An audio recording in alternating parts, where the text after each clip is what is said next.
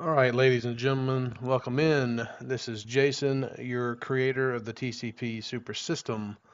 On the screen tonight, we're going to do a couple tokens, one being Avalanche or AVAX, and one being Chainlink. Both some of our favorite tokenization plays for the decade ahead. So right now, what we're looking at is the daily view on AVAX or Avalanche.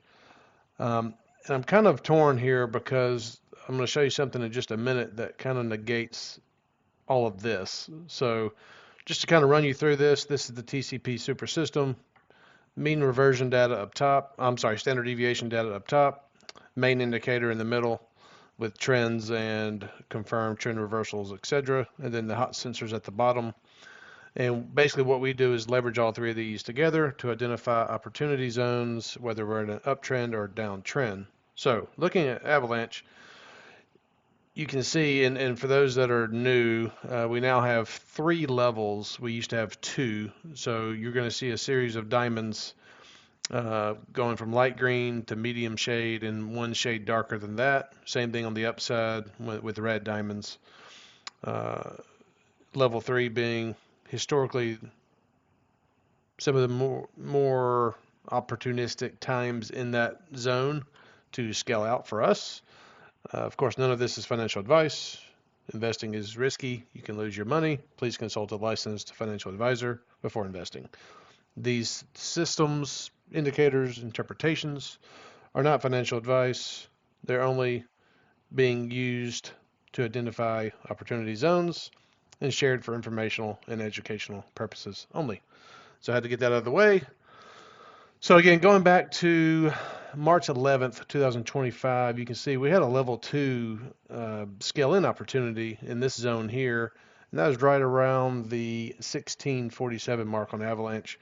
And then you can see we had some runs up and down multiple times. So where are we today? So September 11th, or I'm sorry, September 9th. You can see we are just got a confirmation of an uptrend. So it's kind of hovering here a little bit, a little choppy here of late, but we do have a confirmed uptrend. However, I'm going to show you something in a minute that would make me tread carefully here in the short term. But if you look at our system, we've got multiple moving averages here that are basically serving as support. The orange line is what you see, that's the 50-day. And then looking at the hot sensors, everything is on above the midline, which is positive. Nothing is beyond the blue zone. So again, white, gray, blue, yellow, orange, red. Red being the most opportunistic zones to consider scaling out for us. But again, so it looks like we could be early on here.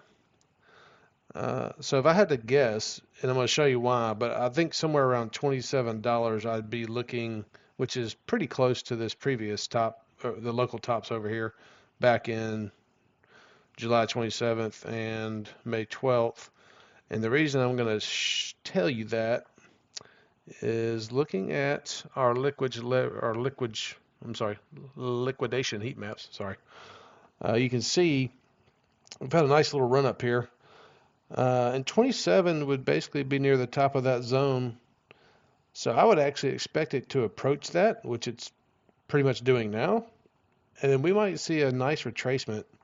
And I would not be surprised to see this thing come back down here and liquidate all this leverage because there's a lot of it there. And this would be around the 2150 mark.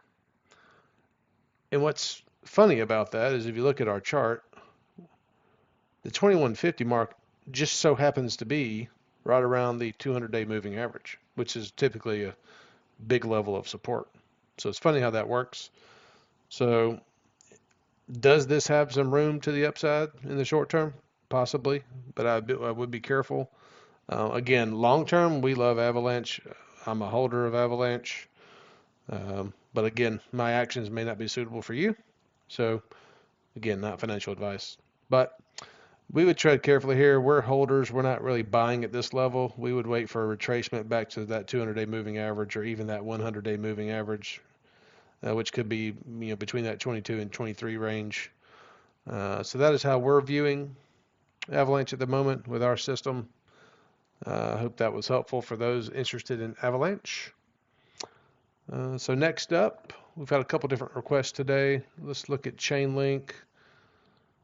Chainlink, not doing too bad of late. You see, we've seen a little run up here. We had this confirmed uptrend back in July 2nd, around the 1316 mark. Had a couple run ups here. Retracement and then bounce up again. We hit a level 1, a level 2. Now we've retraced back to the 50-day moving average. Now what you want to notice here is we are in a confirmed downtrend identified by that red cloud, and we also have a confirmed downtrend signal here, that yellow label.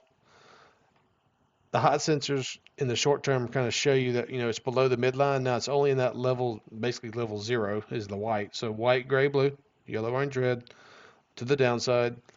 But the medium and long term, they're still well above the midline, and they're blue and orange. So a little bit of contradictory signals here, which always makes me, we're kind of in no man's land with Chainlink at the moment. Now what does look positive is the standard deviation metrics up top. We've got our 3 lines, the red, orange, and blue.